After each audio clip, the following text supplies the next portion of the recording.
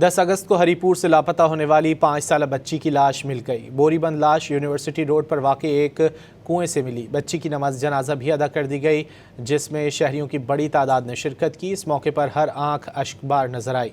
Pathan colony Haripur से बच्ची की गुमशुदगी का मुकदमा 10 अगस्त को दर्ज हुआ था। बच्ची की तलाश के लिए IG खैबर पख्तूनख्वा के नोटिस पर ज्वाइंट इन्वेस्टिगेशन टीम भी तश्कील दी गई थी, जिसमें IT माहिरीन, CTD, सिक्योरिटी यूनिट और मकामी पुलिस को शामिल किया गया था। CCTV फुटेजेस और जियो फेंसिंग से 5 मुल्जिमान की निशानदही की गई थी, जबकि मरकजी मुल्जिम समेत 2 मुल्जिमान गिरफ्तार किए गए थे। वाक़े के खिलाफ हरिपुर में शहरियों ने भरपूर एहतजाज भी किया था। उधर साबिक MPA गौहर नवाज खान ने वकला से मुल्जिमान का केस न लड़ने की अपील कर दी। 10 अगस्त को हरिपुर से लापता होने वाली 5 साल बच्ची की लाश मिल गई। बोरीबंद लाश यूनिवर्सिटी रोड पर वाक़ एक कुएं से मिली। बच्ची की नमाज जनाजा भी अदा कर दी गई, जिसमें शहरियों की बड़ी तादाद ने शिरकत की। इस मौके पर हर आंख अश्कबार नजर आई। पठान कॉलोनी हरिपुर से बच्ची की गुमशुदगी का मुकदमा 10 अगस्त को दर्ज हुआ था।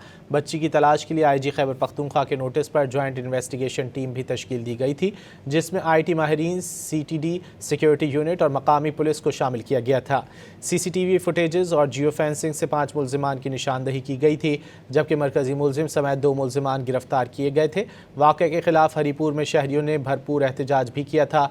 उधर साबिक MPA गौहर नवाज खान ने वकला से मुल्जिमान का केस न लड़ने की अपील कर दी।